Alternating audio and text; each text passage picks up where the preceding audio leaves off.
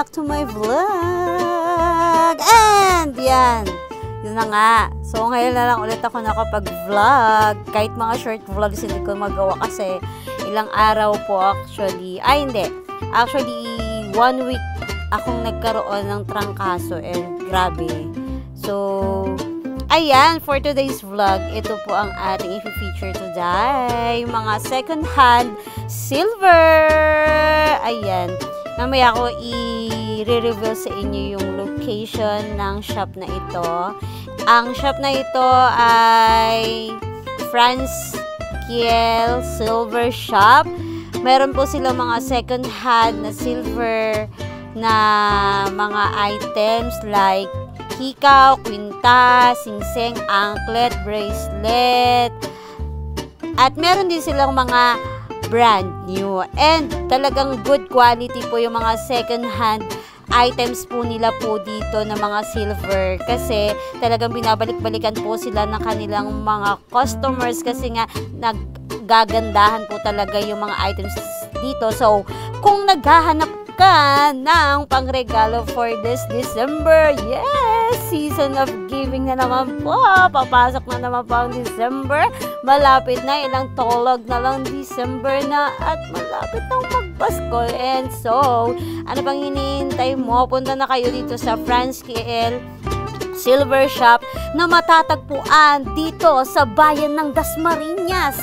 At ito ay specifically located at San Mateo, Barangay San Mateo, pero malapit po siya sa San Nicolas Elementary School, also known as Area D.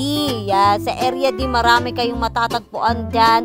At isa na po dito ang silver shop pong ito na kung saan po ay makikita mo marami namang talaga ng mga choices na second hand silver na items. At talagang sinasabi ko sa inyo, good quality po talaga ang products nila dyan. Binabalik-balikan po talaga yan. Hindi katulad mo. Char! Hindi, joke lang. Ayan. Binabalik-balikan po itong silver shop na ito kasi talagang magaganda po talaga. At ang location po niya ay madali lang naman din pong hanapin. Mamaya ituturo ko po sa inyo yung exact location niya. Actually, nahirapan ako mag-video dyan ng very light kasi may mga bumibili po ng time na yan. As you can see po kanina dun sa reflection, may bumibili po dyan and nag-enjoy po sila kakatingin dyan. At ang alam ko, ang final nilang nabili is kwintas. At yung mga range ng prices po dito ay 85 pataas. Yes, you heard it right. 85 pesos may mabibili ka ng item dyan. So, merong mga iba't ibang items dyan na 85. Alam ko yung 85 pesos na yun, earrings yun eh. And up. So, iba't iba syempre yung mga prices. Pero, hindi naman talaga naman kayo magsisisis sa pagbili dito sa shop na ito. Kasi talaga namang magaganda. Ang mga naka-green tag po ay second hand. Yung pink na yan, hindi ko matandaan kung ano bang specification. Oh yes, specification yan kung yan ba ay second hand din or not. Pag white naman yung tag is brand nyo po yan. May mga wedding rings din po sila dyan. Actually, dyan po kami bumili mag-asawa ng wedding ring. And syempre may discount kasi nga, kamag-anak po ng asawa ko yung nagmamay-ari nito at talagang napakabait na mag-asawa po talaga. Kaya nga po, in return ng kanilang kabaitan sa aming mag-asawa, kasi hindi lang naman nila kami binigyan ng discount, ay tinulungan na din nila kami sometimes sa sa financial need. So, in return, syempre, to share the blessing din at talaga namang i-promote ang silver shop na ito. Ayan po ang aking naisipan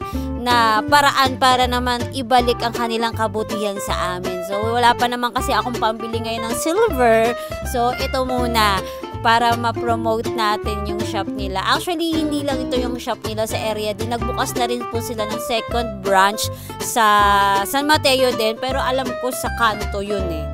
Pero ito kasi malapit talaga siya sa school. Makikita nyo yung location mamaya. Ayan, ang dami talagang item. Ayan o, ang gaganda guys. Pwede pong pang engagement ring. Kung nakagaanap ka ng engagement ring, baka dito ka na talagang dalhin ng yung mga paa. Magaganda po talaga dito.